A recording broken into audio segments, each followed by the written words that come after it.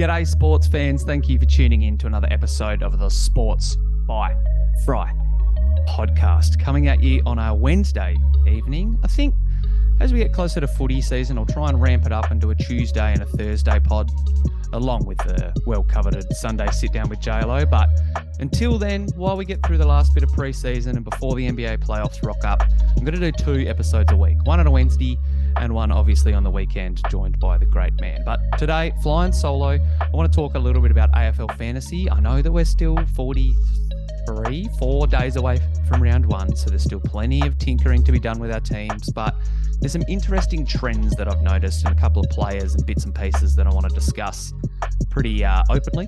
And then there's a couple of other things I want to talk about in the NBA environment as well. The All-Star Reserves are going to be named soon, which is a pretty exciting time. There's teams rolling, teams that are shit in the bed, trending in the opposite direction. And the MVP race continues to evolve and develop as well. So let's dive into those topics and waste no more time. Starting with fantasy footy. Where else would I start in the Sportsby pod? I want to look particularly at the ruckmen initially. Now, my ruck structure in my fantasy side will probably dictate how many other big dogs I have across other lines. And at the moment, I've tweaked things slightly. I did have Darcy Cameron and Luke Jackson toggling between my forward and ruck spot initially with the large fries and Coke 1.0, but I've changed it. Obviously, Darcy Cameron is dealing with a bit of a hamstring issue at the moment, the severity of which we're not really sure, but he still offers a bit of upside and I still might pick him. Luke Jackson, though, I don't have the same confidence. I may bleed purple and be a passionate Dockers fan, but I don't think it makes sense to pick Jacko from a fantasy perspective. So instead, I've slotted in Timmy English into my R1 spot. I'm going to talk about him over the coming weeks because I'm doing my Deck of DT article on the Dream Team Talk site about him. Got another article in the works that'll drop. What's the date? 1st of Feb. Happy 1st of Feb. Pinch and a punch the first day of the month. But I want to probably do that Timmy English article week and a half from now, roughly, before I do the Deck of DT one. So I'm not going to dive too much into Timmy English, but I think by the end of the year, he'll establish himself as the best fantasy ruckman in the competition. My second ruck spot is where things start to get a bit interesting. Timmy English is obviously a very popular pick. He's in 32% of teams right now. Rowan Marshall's in about 34% of teams. And then there's a couple of other people who are taking the plunge on one or both of the Demons guys in Max Gawn and Brodie Grundy. But my second ruckman is Scott Lycett. Speaking of the Deck of DT, I wrote an article on Scotty Lycett that'll come out tomorrow morning. So you can go to the Dream Team Talk site and check that one out. But I think Scotty Lycett has some serious upside rolling into this season. He had pretty severe injury issue with a dislocated shoulder, or maybe even a shoulder reconstruction now I think about it. And then obviously had an infection after the surgery. He's actually had 3 shoulder recos, or 3 major ops, I should say. And each time he's had a serious infection that's caused him to miss an extended period of time. He was talking about it on the Backchat podcast later in the year. So now he enters the 2023 season priced at about 70. Throughout his career, he's averaged in the high 70s, but I think Scotty Lycett might be able to go about 15 points better this season. I think he can average around the 85 mark, and he's got a somewhat friendly fixture to start the season. He has to take on Riley O'Brien and the aforementioned Tim English at some point, but he's got West Coast. I think he'll towel up whoever's there, ruckman. Sydney, good luck Tom Hickey or whoever's running out against him. And a couple of other teams that don't exactly scare me too much. He's got Brisbane. I think Collingwood's the other one off the top of my head. So I think Lycett could put up a couple of 90s, really start the year hot, and maybe then we'll have a bit more of an idea as to how the ruck landscape's going to look. So that's where I'm leaning towards picking with regards to my ruckman. I'm going to have English and Scott Lycett, and I don't think I'll change a lot unless one of them gets hurt throughout the rest of the preseason. Lycett is only priced at about 622K off the top of my head. And he was one of the players that I talked about in my recent article, looking at some mid prices that you seriously need to consider for this season. I won't go through the whole list. I will attach the link to that article in the podcast description and the YouTube notes. So you can check out the whole thing there or visit sportsbyfryer.com.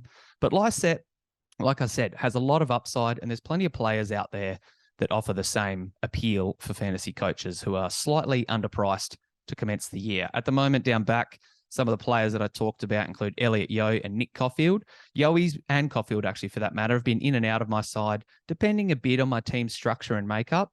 And I think that Caulfield is priced in the 40s.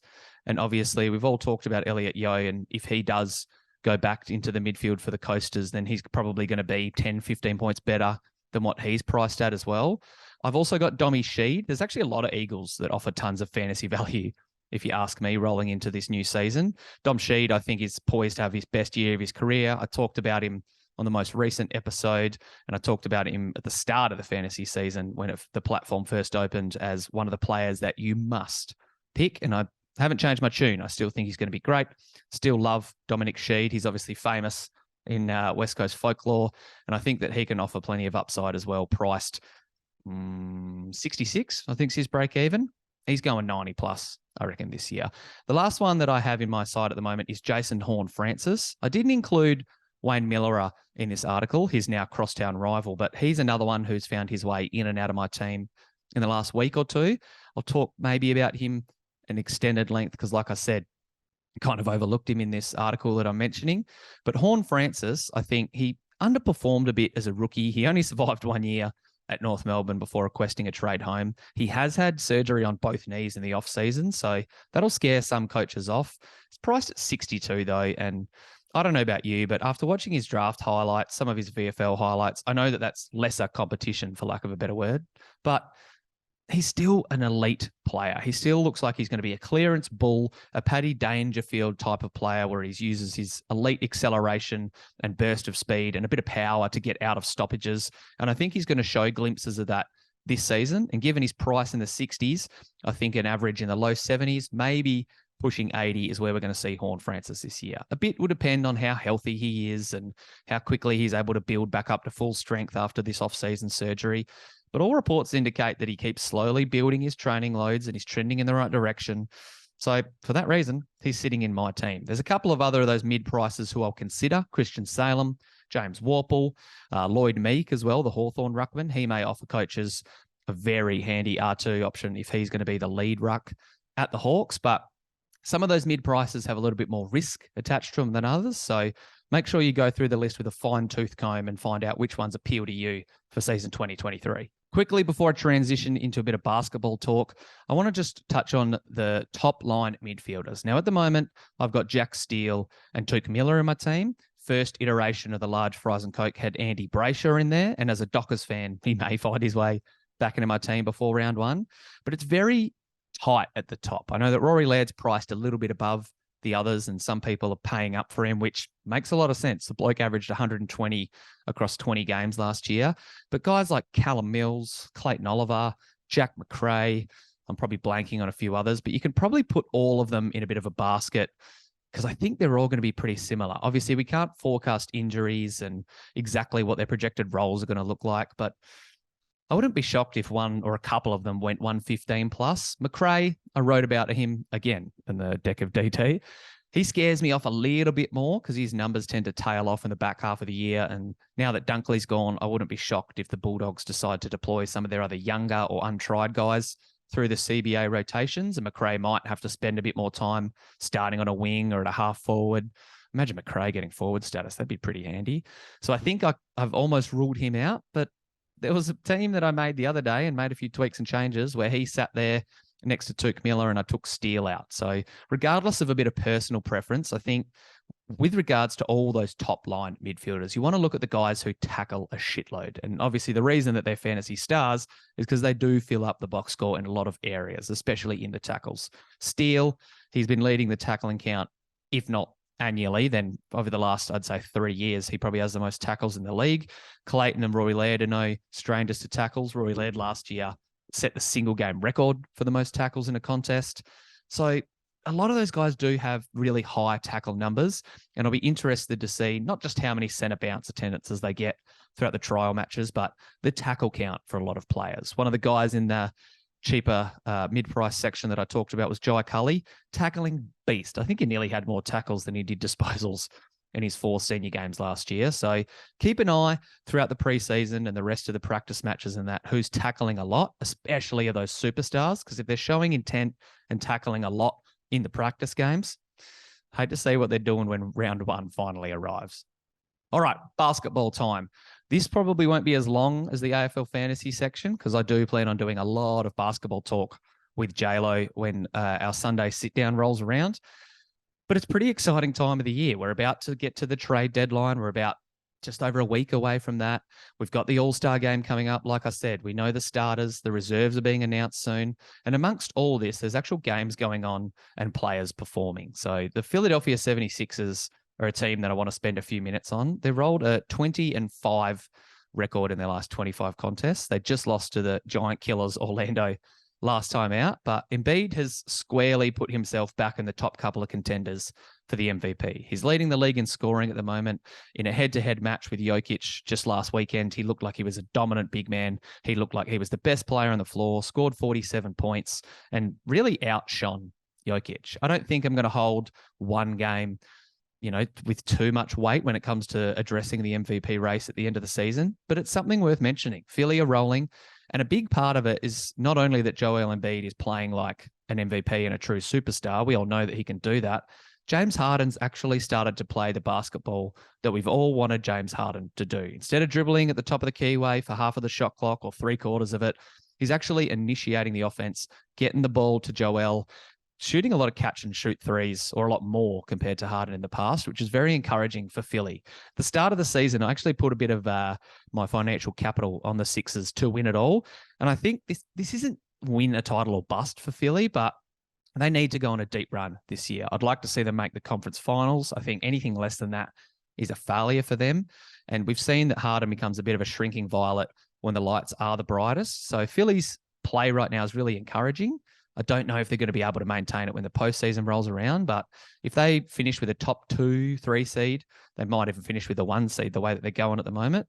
That's a good sign. And I think that this really is their best chance that they've had to win a title now that Harden's kind of shifted his mentality. They got weapons as well. I love the DeAnthony Melton addition. I think that he gives them a lot of options with closing and starting lineups for that matter. Tyrese Maxey is the definition of a spark plug scorer. He can give you 20 in a half. He can go for 40 in a playoff game. I think that he's going to be a really important piece. And Tobias Harris, if he's the 4th best player on Philly, I did do a proposed trade where they flipped him for John Collins. And I guess it doesn't make as much schematic sense to pair Collins with Embiid, but I kind of underrate Harris, and I think we all have for the last few years. If he can just settle into that role perfectly and do a similar thing to what I mentioned Maxey can do, if he can have a big couple of games throughout the playoffs, they can definitely swing a few series in the Sixers' favor. Embiid was the first talking point, though, and I want to use his name to transition into the MVP race. I still have Nikola Jokic as the clear number 1. I don't think anyone else would disagree with that right now. Your useless Sports by Fry stat of the episode is that Nikola Jokic is 16-0, or the Nuggets, I should say, are 16-0 every time that Jokic gets a triple-double. Had another 25, 18, and 12 today, something along those lines. He's now averaging a 25-point triple-double for the entire season. It's a bit different to when we saw Westbrook do it. He was somewhat stat padding, but Jokic just does this so naturally. Get the ball to him at the high post. He's either going to score, find the mismatch, create an unreal assist by looking away defenders. He is, in my eyes, the best player in the game right now. Doesn't mean that he's going to be that way when the playoffs roll around, but it holds the Nugs in good stead, and I think he deserves to hold pole position at the top of the MVP award. Then it gets interesting. Last MVP ladder that I did, I had Luka Doncic second. I've had Giannis second for a period of time. I had Jason Tatum second at one point. Now I've mentioned Embiid's going on a surge. I think outside of that top 5, though, there's no one really that can make a late run for the MVP. You could say Ja, you could say Steph, especially if they go on a big winning streak with their teams and individually their stats back it up. But I think those 5 that I listed off, your Tatum, Jokic, Giannis, Luka, and Embiid, I think that those are the 5 who are the serious front runners for the award right now. And I think I'm putting Luka 5th in that group. It sounds absurd because when you look at the definition of MVP, without him, I don't know where Dallas would be this season. They'd be treading water with the Houston Rockets and the Charlotte Hornets of the world right at the bottom of the standings. So it does come down to a bit of personal preference. What do you weigh when it comes to making your MVP picks? But I think you've got to go in reverse order of the top 5. Doncic, Giannis, Embiid, Tatum, Jokic. But I'm going to do another MVP ladder soon, and that order will probably shuffle depending on how the next couple of games and weeks unfold. Last thing before I sign off, we are getting to the pointy end of trade season, and I want to address a couple of the teams that I think should be buyers and sellers. The first seller that I have is the Toronto Raptors. I think they wanted to go on a recent road trip and see how things are looking, but Shams Charania released a big trade article the other day talking about all the rumors in the league and addressed about upwards of 30 players and a couple of teams and hypothetical deals that they're linked with. And Toronto Raptors are littered throughout that group. So I don't expect them to sit pat and do nothing. I think that Siakam will stay. I think Scotty Barnes will stay. I think OG Anunoby is going to be on the move, and the Knicks seem like they're a serious contender. Maybe someone like the Grizzlies offers up a little bit more to try and pry him away. Fred VanVleet is the really interesting one, though. I've addressed on this podcast and through multiple socials before that I think Orlando would be very wise to make a play for him. Maybe package Jalen Suggs, a Terrence Ross contract, and one of their big men to push the deal through with a first. I think that that's a pretty win-win deal for both sides. Maybe a couple of other extra picks or pick swaps. And I think that Fred VanVleet in Orlando would excel. But I also really want to see him on the Los Angeles Lakers. Gary Trent Jr. plus Fred VanVleet's contract almost matches up perfectly with Russell Westbrook. If the Lakers were able to add Trent Jr. and Fred VanVleet, add them as their starting two guards, have Schroeder off the bench, and then you've got the wings with a Rui Hachimura, maybe a couple of other buyout guys. We've seen some guys like Austin Reeves and a blank at the other name, Max Christie. He's had a pretty solid season for the Lakers so far. If you can deploy some of those guys, and then, like I said, have Rui, LeBron, and then your Anthony Davis and Thomas Bryant throughout the middle of the field in the number 5 rotation, I think that that's a pretty good team. And the Lakers could push up into the playing game and maybe win a couple of games and get into the playoffs. That's not absurd to think. However, I do think like the Lakers have addressed and said a little bit, they're probably only going to make minor fringe moves around the edges, use the cap space they may have in the offseason to retool and tinker this team to try and turn it back into a winner around LeBron and AD. But making a move for Fred VanVleet isn't impossible. The Lakers, as I've said, I think clearly should be buyers, whether they go after another shooter like an Eric Gordon, try to just get him out of Houston because he's clearly unhappy there. Maybe they target someone like a Jordan Clarkson from Utah. He could be a very interesting spark plug off their bench or maybe even start for them, depending on the makeup of the rest of their roster. But the Lakers clearly need to do something. So do Dallas, for that matter. They clearly need to get Luka some help, as I've addressed when I talked about the MVP. Dorian Finney-Smith is a guy that might find himself dealt. The Mavs have said that they want to move him and get a star player in return. Who wouldn't, obviously? And they'll have to obviously attach a bit more to try and get something of substance. But maybe that's a team that weirdly goes after John Collins or an OG Anunoby or a Fred VanVleet or something like that. I think Dallas needs to shake it up, not dramatically, but they need to make a pretty big upgrade after losing Jalen Brunson in the offseason. I think that they're just going to be making up the numbers in the West playoffs and the West play-in picture. If they do fall that far back, then I can't see them going on a deep run. So adding some other talent would be great. The similar could be said for the Atlanta Hawks. I don't know if you put them in the buyer or the seller category, but one thing's for sure, they probably need to get rid of John Collins. I think it's time for a bit of a mix-up and a shake-up. That contract is not fantastic, though, so there won't be tons of buyers for him out there. A proposed deal that I heard was John Collins goes to Utah, and then as a result, they get Malik Beasley and Jared Vanderbilt back. That'd be perfect, if you're asking me, for Atlanta. Maybe they'll decide to keep Collins, but I think that after all the shit that's been stuck with this team and the big trade that they made in the offseason for DeJounte Murray, they need to try and tweak this roster slightly to try and realize the potential that they've got. I love Onyeka Okongwu, who comes off their bench right now behind Clint Capella. Maybe they'll look at moving Capella on and starting Okongwu eventually. Still a raw prospect and still developing, so not too soon, but there's moves to be made for the Atlanta Hawks. The Utah Jazz, another group that you could put in the sellers. Like I said, Vanderbilt, Jordan Clarkson, Malik Beasley, Mike Conley, all these guys have been mentioned in potential rumor mills. I would love to see Mike Conley get moved and land on maybe Miami Heat, and then Kyle Lowry gets offloaded in a 3-teamer deal or something like that. Maybe instead Mike Conley goes to Minnesota and D'Angelo Russell gets moved. I think that he can really provide a lot of steady leadership for a team that has championship aspirations. He's kind of rotting away and wasting his career, or the last part of his career, I should say, in Utah. And I think the Jazz are aware of that. And hopefully he gets to find a new home before the deadline arrives. And that's it that's all I got for this Sportsby episode. Like I said, the JLo sit down will occur this weekend. It's very possible that we do a Monday sit down though, because we have a 30th birthday to attend in Rottnest. So unfortunately, I'll have to spend the day at the beach and the pub on Sunday. But who knows? We might just roll in tanked and give the people what they want late on a Sunday evening. But either way, there will be a Sunday sit down coming with JLo as the next episode in your feed. I've got a bit of personal stuff going on. So the last couple of weeks have been thrown a bit of a curveball, had internet issues, as I mentioned, I think before, but the Sportsby pod is back up and running, and consistent episodes will be coming your way for the entirety of 2023. Regardless, thank you for listening to this episode. Hopefully you subscribe to the channel or the podcast for future updates, and I'll catch you next time.